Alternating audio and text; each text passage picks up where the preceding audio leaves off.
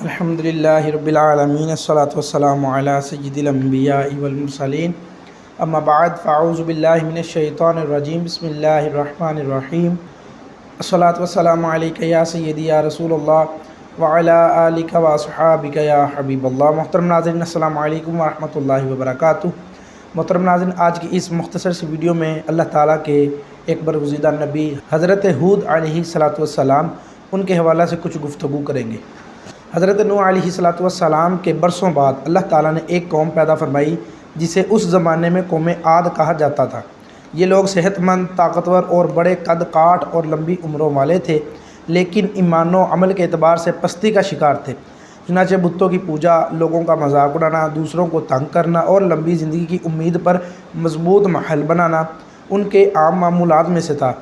کفر و شرک، جہالت و ضلالت اور غفلت کی وادی میں بھٹکنے والی اس قوم کی ہدایت اور رہنمائی کے لیے اللہ تعالیٰ نے ان کے ہم قوم حضرت ہود علیہ السلام کو رسول بنا کر ان کی طرف بھیجا۔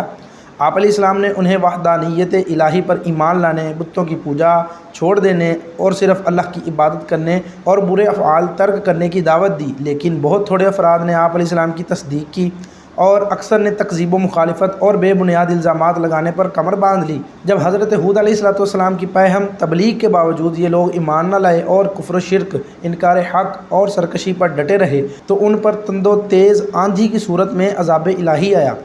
یہ آندھی 7 راتیں اور 8 دن تک لگاتار چلتی رہی، یہاں تک کہ قوم عاد کو تباہ و برباد کر کے نشان عبرت بنا دیا۔ یعنی جن لوگوں نے حضرت ہود علیہ السلام کی تکذیب کی، انہیں جھٹلایا، ان کی نبوت کا انکار کیا، تو اللہ تبارک و تعالیٰ نے ان پر تیز آندھی کی صورت میں عذاب نازل فرمایا، جو کہ روایات کے مطابق کم و بیش 7 راتیں اور 8 دن تک چلتی رہی۔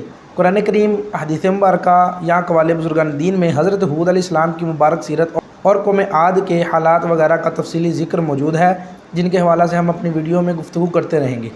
سب سے پہلے قرآن کریم کی تقریباً 10 صورتوں میں، سورہ اعراف میں، سورہ ہود میں، سورہ مؤمنون میں، سورہ شعراء میں، سورہ حامیم السجدہ میں، سورہ احقاف، سورہ ذاریات، سورہ قمر اور سورہ حاقہ، اس کے علاوہ سورہ فجر میں اللہ تعالیٰ نے ہود علیہ السلام کے حوالے سے تفصیلی ذکر فرمایا ہے۔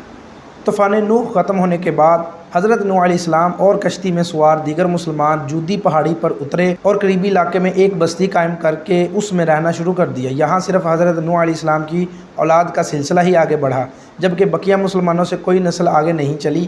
اللہ تعالیٰ نے اولاد نوح میں برکت دی اور گزرتے وقت کے ساتھ ساتھ آپ علیہ السلام کی نسل میں اضافہ ہوتا رہا۔ جب ان کی تعداد بڑھی تو یہ مختلف قوموں اور قبیلوں میں تقسیم ہو کر دور دراز علاقوں میں پھیل گئے۔ انہی میں سے ایک قبیلہ جنوب کی جانب متوجہ ہوا اور جزیرہ عرب کی جنوبی طرف یمن کے ریتلے ٹیلوں والے علاقے احقاف میں قیام پذیر ہو گیا۔ یہ قبیلہ اپنے والد عاد یا بادشاہ عاد کی نسبت سے قوم عاد کے نام سے معروف ہوا۔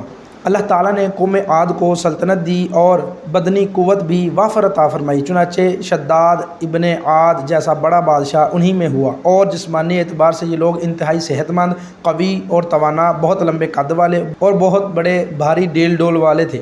ان کے قد کار کے متعلق قرآن کریم میں ہے، ارام ذات العماد التی لم یخلق مثلها فی البلاد۔ اللہ تعالیٰ نے سورہ فجر میں فرمایا ہے کہ ارم کے لوگ ستونوں جیسے قد والے کہ ان جیسا شہروں میں پیدا نہ ہوا، یعنی ان کے قد کاٹ ستونوں کی طرح لمبے اور جسامت مضبوط ہوا کرتی تھی۔ عاد کے ایک بیٹے شداد نے دنیا پر بادشاہت کی اور روئے زمین کے تمام بادشاہ اس کے فرما بردار ہوئے۔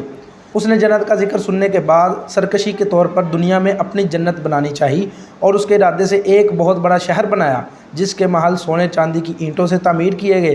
زبر جد اور یاقوت کے ستون اس کی عمارتوں میں نصب ہوئے اور انہی سے فرش بنائے گئے۔ سنگریزوں کی جگہ آبدار موتی بچھائے گئے۔ ہر محل کے گرد جواہرات پر نہریں جاری کی گئیں۔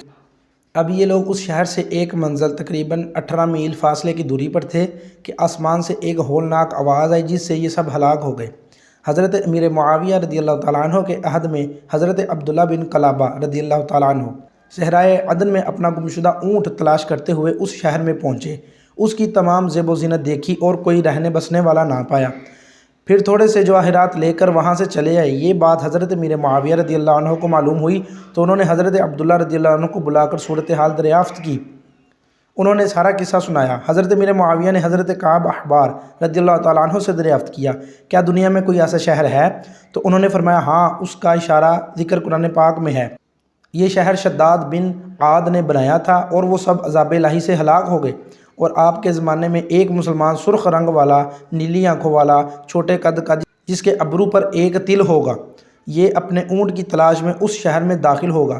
پھر حضرت عبداللہ بن قلابہ رضی اللہ عنہ کو دیکھ کر فرمایا بخدا وہ شخص یہی ہے۔